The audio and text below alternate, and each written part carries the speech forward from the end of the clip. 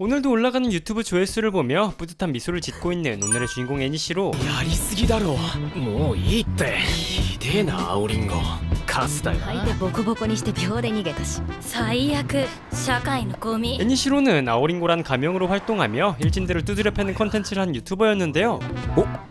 燃えてる燃えてる。燃えれば燃えるだけ金が入ってくるんだ。笑いが止まんねえぜ。 그리고 당연히 애니시로가 이런 양아치 짓을 일삼는 이유는 돈 때문이었습니다. 그리고 애니시로가 돈이 필요했던 이유는 あかり起きてて大丈夫なのか。今日は結構調子いいから大丈夫。 하나뿐인 여동생의 병원비를 벌기 위해서였죠. ちゃんとご飯も食べてるの？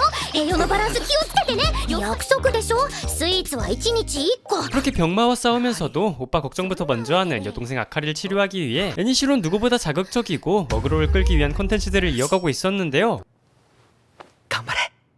もう少しの辛抱だ。向こうの超名医が最高の手術をしてくれる。本当に大丈夫なの？お金。兄ちゃんに任しとけ。全人類に嫌われたって構うもんか。あかりが元気になれるなら。 그렇게 한 달의 시간이 흐른 뒤 여전히 애니시로는 끼니 대신 푸딩으로 한 끼 때우고 있었고, 아카리는 그런 애니시로를 걱정하며 이들 나름대로 행복한 일상을 보내고 있었죠. よかった。本当に。 하지만 그날 밤 よけんな。 갑자기 정체 모를 괴한은 오한마로 애니시로의 뚝배기를 노리기 시작했는데요. 人おらせ。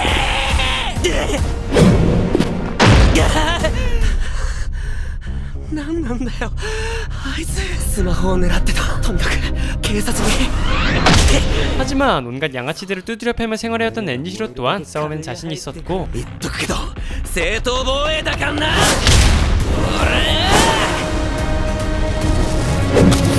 그렇게 본격적인 맞짱을 시작하려던 그때 炎上系 YouTuber 青リンゴくん思い出しただけでゲロぶちまけそうだぜクソゲ。 그리고 그제서야 애니시로는 이 상황이 무슨 상황인지 눈치챘죠. こっちこそすいませんでした。俺が殴ったやつの身内ってとこか。俺を気が済むまで殴ってくれ。 하지만 아무래도 애니시로가 짐작하는 상황은 아닌 듯 싶었습니다. 생각해보니 녀석은 처음부터 집요하게 스마트폰만을 노리고 있었고, お前なんてどうでもいい。スマホを壊さないといけないんだよ。だからこれは妹とメッセするために。お前の妹は1ヶ月前に死んでるだろうが。 그렇습니다. 애니시로의 여동생 아카리는 한 달 전 알 수 없는 발작과 피눈물을 흘리며 숨을 거뒀었고, 嘘だ。そんなことは認められなかった。こんなもんがあかりのわけねえだろ。 현실을 인정할 수 없었던 애니시로는 장례식장도 가지 않고 하루 종일 자신의 몸을 헤쳐가며 아카리에게 문자만 보내고 있었다고 하는데요. 그러던 어느 날 분명 죽었을 아카리에게 답장이 온 것은 물론 화면 속 아카리는 둘만이 알고 있는 추억까지도 모두 기억하고 있었습니다. 誰かのなりすましとかそんなんじゃない。こいつは間違いなくあかりだ。お兄ちゃん。その声あかり。私生きてる。やっぱりあかりは生きてる。 그리고 오늘 애니시로를 찾아온 괴한 녀석은 그 모습에 기겁을 하며 더 적극적으로 스마트폰을 부시려 달려들기 시작했죠. 하지만 壊れてない。お兄ちゃんありがとう。また会えた。下がれ。あれはもうお前の妹じゃない。 지금까지 애니시로가 연락을 주고받던 녀석의 정체는 망령이라고 합니다. 녀석의 말에 의하면 과거부터 망령들은 미련을 남긴 장소에 나타났고, 현대에는 그 장소의 트렌드가 SNS로 옮겨갔다고 あれ 하는데요. は SNS の死者のアカウント。通称化け役。化け切る前にスマホごとぶっ潰す予定だったのに。あの状態になったらもうこんな物理攻撃は通じない。 그리고 그와 함께 녀석도 스마트폰을 만지작거리기 시작했고, 対峙する聖者側も霊力をデジタル変換しないと。 녀석도 스마트폰 안에서 재룡용 무기를 실체화하여 꺼내들었는데요. スマホからハンマー。ポリコレハンマーが見えるのか。お前の妹は俺が払ってやる。 그렇게 녀석은 아카리였던 것을 사정없이 두드려 패기 시작했고, 쓰러져 있는 녀석에게 마지막 일격을 날리려던 그때 お兄ちゃん。やめろ。何しやがる。離せ。もうやめてくれ。 차마 애니시로는 동생이 죽는 모습을 한 번 더 볼 용기가 나지 않았고, 妹を消さないでくれ。人は死ぬんだ。そして二度と生き返ったりしない。なんとか折り合いつけて生きていくしかねえんだよ。しまっ。 그런 애니시로의 기가 막힌 트롤링에 괴한 녀석은 나가 떨어져 버리고 말았습니다. 그리고 재령사가 전투불능에 빠진 지금 애니시로는 녀석의 좋은 먹잇감이었죠. お兄ちゃんは私がいなきゃダメなんだから。お兄ちゃんは私がいなきゃダメなんだから。 그리고 그 이야기에 애니시로도 아카리의 미련이 뭔지 알아차렸는데요. 俺を一人残して死ねない引っ張ってこの世界に留めていたのは俺だったんだな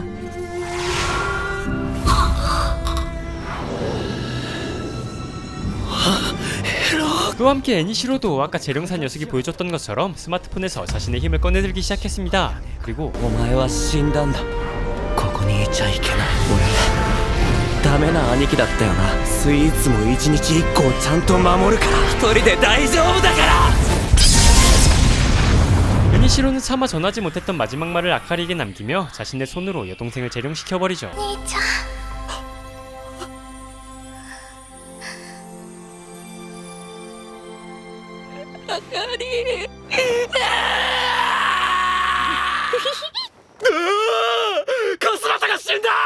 それを妹を払わせるとかかわいそすぎ 그리고 재령 과정을 직접 봤던 카스바타란 녀석은 동기로 보인 친구들에게 자신이 본 애니시로의 능력을 전하는데 そいつの天皇の炎は青かったんだ。もちろん連れて行くさ未伝学園へ 그렇게 애니시로가 다시 눈을 뜬 곳은 료칸으로 보이는 호텔 안이었습니다. 그리고 옆에는 망치를 들고 애니시로를 습격했던 녀석도 함께였죠. ここはどこなんだよ俺に何かしたお前のスマホだ。クソが。失礼。クソなどと。ついてこい。風呂に案内してやる。 그렇게 자신을 카스바타라고 소개하는 녀석은 일단 목욕탕으로 애니시로를 안내하는데요. 그리고 이곳은 호텔이 아닌 未伝学園霊媒師の学校だ。 영매사들을 육성하는 영매사 학교였죠. あいつが青リンゴ昨夜開眼したそうですぞ。炎上系配信者なんて下品な輩がこの学園の敷居をまたぐと 사실 애니시로는 잘 모르고 있었지만 애니시로는 이미 많은 학생들에게 안 좋은 쪽으로 관심을 한눈에 받고 있었습니다. 뭐 그런 시선을 뒤로 한 채 온천에서 몸을 녹이며 생각을 정리하던 그때 サプライズビビったっし急ょに立ち上がると血管の拡張による貧血が起こりやすく 그렇게 첫 만남부터 빈혈과 함께 악수를 건네는 이 남자의 이름은 아자키. 그리고 아자키는 이 학원의 선생을 맡고 있다고 하는데요. 西野くんどうだったうちの学校いやーいいっすね温泉最高でしたじゃあ入学ってことでいいね 선생님의 말에 따르면 이 영매사란 직업은 수천 년부터 존재했다고 합니다. 하지만 망자들이 미련을 남기는 장소가 인터넷으로 변해감에 따라 그에 발맞춘 영매사들도 변해갔다고 하는데요. 電子機を介した霊力のデジタル化湯畑見てくかひどくないねすみません興味ないっす電脳とかいうのも別にどうでもいい 하지만 애니시로는 그저 동생과 약속했던 잘 먹고 잘 자는 평범한 사람이 되는 게 현재 목표였습니다. 그렇게 애니시로는 영매사는 물론이고 하고 있던 유튜버 생활도 더 이어갈 생각이 없었는데요. 本当に帰っちゃうの妹ちゃんが死んだ本当の理由も聞かずに君の妹ちゃんは病死じゃなく殺されたんだ 아자키의 말에 따르면 삶에 강한 미련을 가진 사람만 골라 죽이는 미련 계정이 존재한다고 합니다. 그리고 녀석의 피해자들은 모두 피눈물을 흘리며 죽는다고 하는데요. 妹ちゃんもそうだっただろうそいつどこにいんの今そいつんとこ今すぐ行ってぶっ殺す弱いもん君 그렇게 아자키는 약이 바짝 올라있는 애니시로에게 카스바타와 대결에 이긴다면 자신이 알고 있는 모든 것을 알려주는 것은 물론 더 이상 잡지도 않겠다고 제안하는데 いいんですね。こいつぶったたいてやっぱり気持ちいいな。炎上野郎叩くのはお前の妹叩いた時より興奮する。こいつ殴り倒したら教えろよ何もかも 그 말과 함께 둘의 대결은 시작되었습니다. 그리고 이 학교에서 이런 쌈박질은 꽤나 흔한 일인 듯 싶었는데요. 君たちよーく見てなようえネットのクソ煮込みみたいな喧嘩だわ。重いもっと叩かれて俺を感じさせろよ炎上野郎。妹助けるために金が必要だったんだよ出たよ病気の家族。便利な免罪符だな。 하지만 카스바타의 이 녀석도 성격이 보통 꼬인 놈이 아니었습니다. 그리고 이런 싹바가지 없는 말들을 참고 넘길 수 있는 사람은 많지 않은 게 당연했지만 認めろよ。楽しかったんだろこのクソが。 녀석은 거친 말투만큼이나 싸움도 잘해버렸고 애니시로는 말빨도 싸움도 뭐 하나 이길 수가 없었는데요. いくら君が喧嘩屋でも生身で対抗するのは不可能だ。これが電脳だよ。だからさ、君も出してみよう。電脳開眼したなら体が覚えている。 그렇게 아자키의 말에 애니시로도 자신의 전능을 꺼내들자 青い炎ですぞ。これは鬼火だ。 학생은 물론이고 선생들도 그런 애니시로의 불꽃을 보며 심상치 않은 표정을 하고 있었습니다. 그리고 何この反応なんかやべえのこれ見せてもらおうか。君の鬼火の能力を。足に継ぎ火しながら爆発的に強化させる。ドーピング 애니시로는 어제 능력을 각성한 사람이라고는 믿기지 않을 몸놀림을 보여주기 시작했는데요. 朝木先生止めてください。そうだね、目当てのものは見れたし。 하지만 그럼에도 어제 막 능력을 각성한 애니시로가 자신의 능력을 자유자주로 사용하는 카스바타를 상대하는 건 무리에 가까웠고 強い粕畑君、君ね、やりすぎよ。 요단강 건너기 직전 아자키의 중재 아래 둘의 대결은 마무리될 수 있었는데요. エニシロ君、まずは謝罪させてくれ。君を挑発し怒らせたこと。こっちこそすいませんした霊媒師でも何でもなってやるここで強くなる誰よりも強くなってあかりの敵を取る 그렇게 애니시로는 강해지기 위해 그리고 여동생의 복수를 위해 마덴학원에 입학을 마음먹게 됩니다. 認めん鬼火の力を持つ者など 그리고 이 도깨비불의 힘을 사용하는 녀석은 사람이 아니라 유령이라고 하는데요. 死体見ろあれ子供の化けか。まずいみんな逃げろこいつは寂しがり屋の生前の個人情報は一切不明。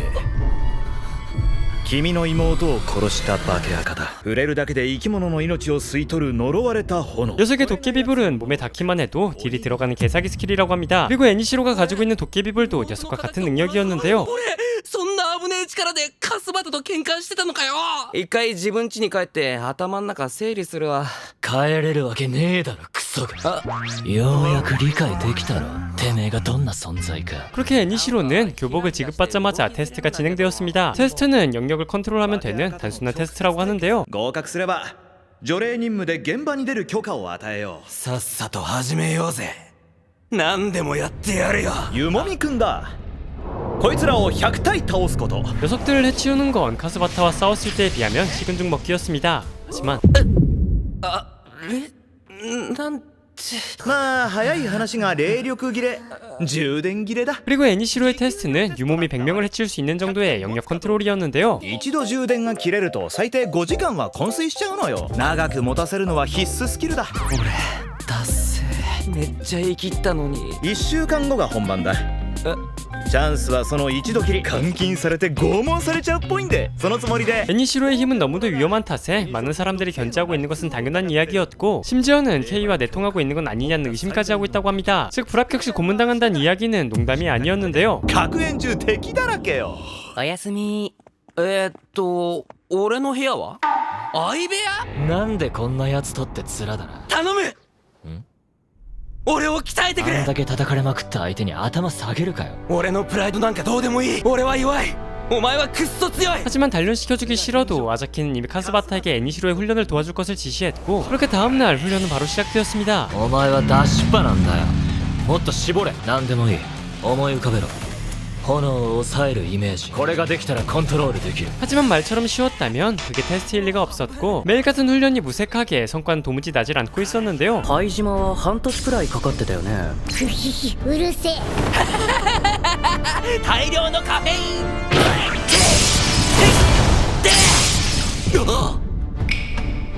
イメージだからイメージが足りねえっつってんだろクソがまたダメだ 그렇게 결국 애니시로는 시험을 앞둔 전날까지도 100명은커녕 50명의 유모미도 해치우지 못하고 있었고 本番は明日だぞお前を生きたまま解剖してやるって息巻いてる 애니시로의 훈련을 맡았던 카스바타마저도 내일 있을 시험 결과에 회의적인 반응이었죠. 明日にはお前が墓に入る側になるんだぞ逃げても意味ねえだろ俺にはもうこれしかないのに 그렇게 좋든 싫든 테스트는 시작되었습니다. 하지만 テスト開始。やってやるくそもう半分炎が大きい。 능력을 개한한 지 일주일 만에 영역을 완전히 컨트롤하는 건 사실상 불가능한 일이었고 그렇게 꼼짝없이 고무실에 끌려갈 위기에 처한 그때 口だけの炎上野郎がくっそダセえななんだそのざまほらさっさと不合格になれよこの炎上野郎何してんのククルお前鬼か 카스바타 이 미친놈은 오히려 애니시로를 조롱하기 시작했습니다. 그리고 이 조롱은 순식간에 테스트장 전부로 번져가기 시작했는데요. 그때 クズがこのカスが炎上系を始めた時はビビってた。世界中から向けられる憎悪に明かりが血を吐いた時、金を運んでくるカモネギの鳴き声に変わった。 사실 애니시로는 자신의 마음속의 불꽃을 다스리는 법을 이미 알고 있었습니다. 그리고 거짓말처럼 애니시로는 그때부터 자신의 영역을 자유자재로 컨트롤하기 시작했죠. 掴んだ自分だけのイメージ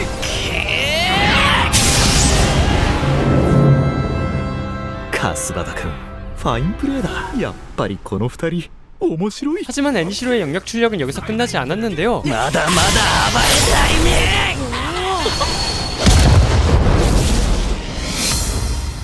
그렇게 애니시로는 테스트 통과를 넘어 출력 테스트 신기록을 달성하며 당당히 미대나곤에 정식으로 입학하게 됩니다. 何がいやいややってただ。やっぱクソ炎上野郎じゃねえか。 그렇게 애니시로는 카스바타가 있는 1층 일반에 배정받게 되고 認めろよエニシロ。お前はただの暴力好きなんだよ。攻撃系の電脳持ちなんてみんな性格悪いに決まってんじゃん。同じような攻撃系がクラスに増えるなんて。 아무래도 이곳 친구들도 어디 한 군데씩 삐딱한 한마디로 다들 정상은 아닌 듯 보였는데요. 攻撃系なんてどれも。全く違う 뭐 그렇게 옥신각신 둘의 말싸움이 계속되던 그때 やあワコードたち情報班から任務指令だエニシロ君君の初任務だ俺一人じゃねえんだ当たり前でしょ除霊はチームプレイやってるね今日も誰と組むかは決まったねなんで私がこの二人と組まなきゃいけないの。 그렇게 애니시로는 카스바타와 우르스가와란 녀석과 한 팀으로 첫 임무를 수행하게 되었습니다. 그리고 첫 임무이니만큼 잠복 유령들을 해치우는 간단한 情 임무였는데요. 報班の調べで下級赤しかいないのは分かってるけど気を抜いちゃダメよ。もうあと2時間で推しの生配信始まっちゃうのに。 뭐 척 봐도 긴장이라고는 일도 없어 보이는 녀석들과 함께 애니시로의 첫 임무는 시작되었습니다. 그리고 그런 우르스가와의 능력은 電脳出力ダブリボルバー。ウルス川清美はストーカーで粘着女だ。 스토킹과 집착 능력을 반영한 탓인지 점성이 있는 리볼버를 이용해 유령들을 속박하는 능력을 가지고 있었는데요. 저도 당해보고 싶은 가운데 이 말은 평소 스마트폰 사용법이 이들 능력에 크게 영향을 준다는 이야기이기도 했습니다. 攻撃系の電脳持ちなんてみんな性格悪いに決まってんじゃん。それはチームプレイ。鬼火が死ぬとこだったわ。チームプレイ。 하지만 우르스가와는 이 재령사란 직업이 영 마음에 들지 않는 듯 보였는데요. だから霊媒師なんてなりたくないっての。でもしょうがないじゃん。才能あったんだから。以上。 お前ら仕事しろ 그리고 우르스가와는 그저 덕질할 돈을 벌기 위해 이 일을 하고 있다고 말하지만 능력만큼은 진짜 중에 진짜였습니다. 그렇기에 오히려 아군에게 위협이 될 수 있는 엔시로의 능력은 더욱더 찬밥 신세로 여겨지고 있었죠. 触ったら死ぬ炎を出すやつに背中預けられるわけねえ。よし、この回で最後だ。さっさと終わらせるわよ。あんたは隅っこで見学してろ。捕まえた。 하지만 再生した。邪魔しないで。 조물에게만 있을 거란 보고와는 다르게 중급 이상이라는 재앙 보유자가 등장했고 本来なら除霊計画を立てて対策チームを組んで払う相手。なぜよベーゼ。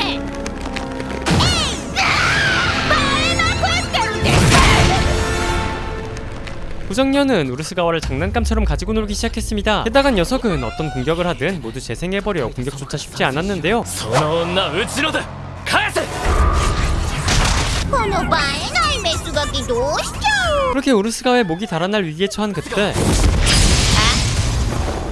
除霊はチームプレイウルスゴ回収私のバイオじゃなくて。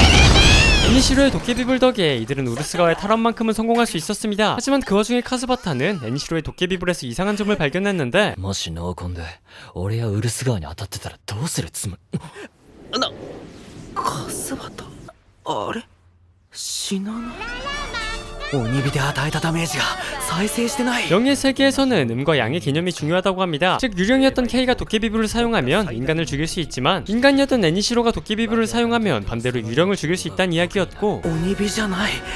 鬼を泣かせる炎。 이 말은 즉 계속해서 신체를 재생하는 녀석을 상대할 방법을 찾았다는 이야기와도 같았는데요. 中級クラスの化け役だぞ。勝ち目がないのにやれるわけないだろ。勝ち目があるならやるに決まってんだろクソ。呼んだ。お前が穴開けろ。俺はそこを叩きまくる。 물론 공략법을 찾았다고 해서 녀석을 쉽게 상대할 수 있다는 이야기는 아니었고 お前らで最高の場合作らなきゃ気が済まないわ。人肉のイルミネーション。メスはまたぐらに男2人の頭突っ込んで晒してあげる。 녀석이 하드코어한 취향에 정신이 아득해질 새도 없이 녀석은 곧장 공격을 이어가며 애니시로와 카스바타를 궁지에 물기 시작했습니다. 그렇게 점차 위기에 몰려가던 그때 しまっちゃったじゃん、生配信。推しに忘れられたらどう責任取ってくるんだてめえ。こんな前また引きちぎってやる。ハスキビちゃんさん、名前ウケる。推しに色目使ってんじゃね 루스카와도 보통 미친년이 아닌 가운데 분노와 함께 속박은 더 강하게 녀석을 쪼여갔고 3人とも性格クソってことで。まさか情報班の裏をかかれるとは。あいつらまさか戦ったりしてねえだろうな。でもぶっちゃけワクワクしちゃってない？最悪の3人が組んだらどうなるか。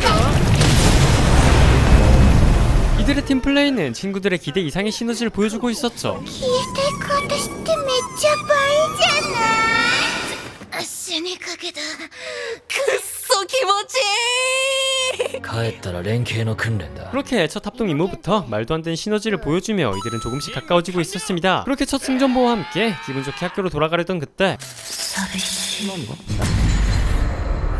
なんて寂しいんだ 아카리를 죽인 범인 K가 갑자기 이들 앞에 등장했는데요. 電脳しなきゃ。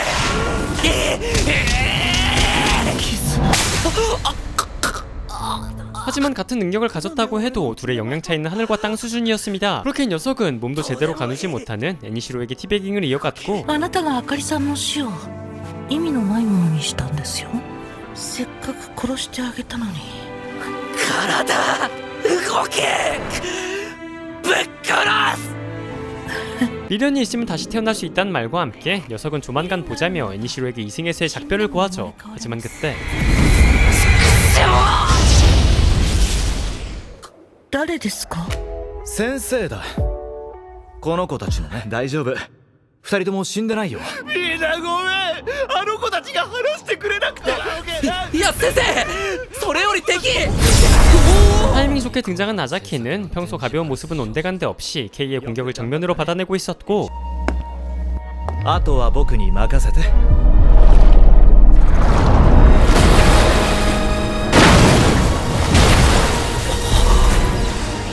さっと。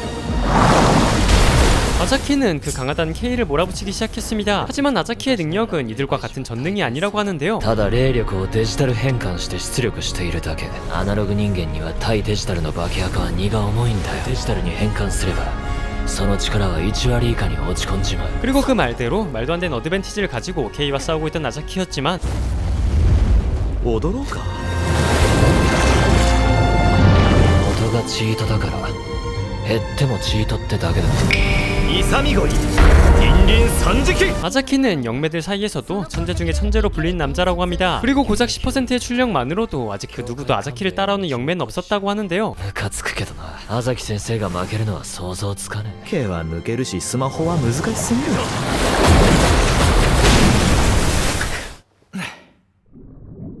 逃げられた。ちょっと楽しくなってきたところだったのに危うく充電が切れるところでしたよ。そんな K 様も愛らしい。 그리고 학교에 돌아오자마자 K가 출몰했던 보고는 바로 확장에게까지 전해졌습니다. 그리고 이들은 곧바로 긴급회의에 들어갔는데요. おそらく目的はエニシロ君を殺し化け赤化させること。なんやしょうもないこと企んでそうやな。 하지만 어쩐 일인지 아자키는 평소보다 훨씬 날선 얼굴을 하고 있었습니다. 그리고 날선 눈은 동료였던 난조 선생을 향하고 있었는데요. Kが欲している景品をわざわざ放置しておく道理もない。化けぬよう祈祷した上で遺体も完全に処分した方が良いでしょう。現場に中級いたの分かってたよね。 사실 이 난조 선생은 임무지에 중급이 있다는 이야기를 일부러 보고하지 않고 위험분자였던 애니시로를 죽일 생각이었습니다. 그리고 이미 애니시로를 학생으로 받아들인 이상 이 행위는 살인과 다를 바 없었죠. 守るべき生徒や。しかし南蔵にも一理ある。火種放置して取り返しつかんようになったらどないすんねん。その時は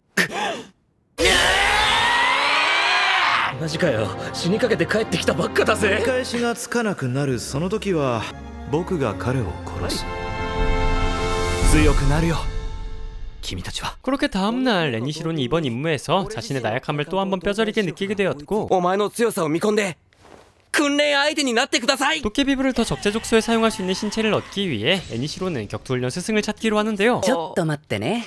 ククル、今日課の最中だから。ふざけやがって。 카스바타는 전문 악플러였습니다. 그리고 카스바타가 공격계로 선택받은 이유도 이러한 이유 때문이었죠. やっぱりなカスバタ全然優等生キャラどうに言ってねえもんな。 뭐 어쨌든 이들은 격투훈련 스승만큼은 자신들보다 훨씬 괜찮은 적임자가 있다 말하는데요. あいつどこにいんだろう。おお、いたいた。灰島なあ、灰島ちょっといいなあってば。なーにアホなことやってんだ。格闘訓練、あの青リンゴとやれるチャンス逃す。 하지만 이 녀석은 인형의 빙의에 원격 조작할 수 있는 전능을 가지고 있다고 하는데 得意ジャンルは格ゲー。強えやつとやりてえ。灰島は e スポーツ界のトッププレイヤーなんだぜ。 그런 하이지마의 격투 게임술은 거의 철권의 무릎이었습니다. 그리고 맨손 격투만큼은 같은 반에서 당해낼 자가 없다고 하는데요. 게다가 電脳出力。さすがにこのサイズの人形じゃ一撃が軽いからな。電ミちゃんバトルタイプ。けど殴りやすくなったぜ。 본격적인 전투 타임 몸으로 갈아타자 반격은커녕 하이지마의 공격을 막는 것조차 쉽지 않았습니다. プロゲーマーは1フレームが生死を分ける。ほらほら、どうした青リちゃん。呼吸リズムを読む。それがゲーマーの超反応。 그리고 애니시로는 하이지마의 말에 조금씩 힌트를 얻어갔고 呼吸とリズムよっしゃ。 애니시로는 처음으로 하이지마의 공격을 읽어내 방어하는 데 성공해냅니다. 하지만 必殺技だよ。 결국 하이지마의 필살기에 애니시로는 그대로 KO 당해버리고 말죠. 그리고 이 대결로 애니시로는 하이지마를 스승님으로 모시기로 하는데요. お前さらに強くないよ。なんだこのノリ。超反応、そして必殺技か。一度中の人に会ってみたいもんだぜ。したいでしょ。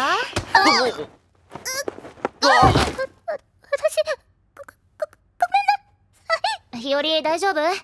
メガネずれてるよ。日和って灰島日和師匠。 실제로 마주한 하이지마는 인형에서 보여줬던 당당했던 모습과는 다르게 은둔형 외톨이에 소통장애가 있는 소심한 소녀였습니다. 그리고 존예의 가슴이 컸죠. 그렇게 다음날 학원에는 새로운 소식이 들려왔습니다. 이번에야말로 K 녀석의 재령을 위해 참가자를 모집한다고 하는데요. 寂しがり屋の K 除霊計画って。作戦と人材を練りに練り K の除霊に動いていく。 하지만 모든 학생이 재령에 참가할 수 있는 것은 아니었습니다. 1층생의 경우 K의 재령에 꼭 필요하다고 판단될 경우에만 이 재령 임무에 참가할 수 있었고 退学してでも戦うぞ俺は。まあ大きいのは甲乙戦かな。1学年に2つのクラスがあってそこでつけられた優劣がそのまま霊媒師としての評価になるんだよ。 만약 이번 가불전에서 활약을 보여준다면 1층생이라도 K 재령에 참가할 자격을 얻을 수도 있다는 이야기였는데요. 그리고 애니시로는 K 재령에 참가하기 위해 다음날부터 본격적인 훈련에 돌입하기 시작했죠. 二人とも向こうの大きな国木に走って。情報は生死を分ける。ハサスは一応の頭脳だぜ。よっしゃ。 그렇게 애니시로가 들어온 이후 일반의 작전의 폭은 훨씬 넓어졌고 이들은 작년 대항전 때보다 확실히 좋은 성과를 내고 있었습니다. 青りちゃん決めようとするとちょっと大振りになるからな。逆に出しっぱの方が何度も出力するより節約になる。一回おつ組俺もそん中にいるんだ。 그렇게 같은 반 친구들에게 민폐가 되지 않도록 홀로 연장 훈련을 이어가고 있던 애니시로. 그때 ちょ危ねえ。あんたエニシロ掃除だろ。有名人だよな。これ妹さんの。あいつが好きだったニャンニャンスカルのヘアピン。 그리고 갑작스럽게 등장한 녀석은 여동생의 유품이란 이야기를 듣자 そんな大事なもんなんだな。返すぜ。이 사이코 같은 새끼는 애니시로가 보는 앞에서 머리핀에 불을 질러버리죠. 受け取れよ。どうする？どうなる？何をくれる？ミリも意味わかんねえ。鳥は喧嘩売ってんのはわかったよ。 그렇게 애니시로는 이 사이코 새끼와 맞짱을 준비하지만 電脳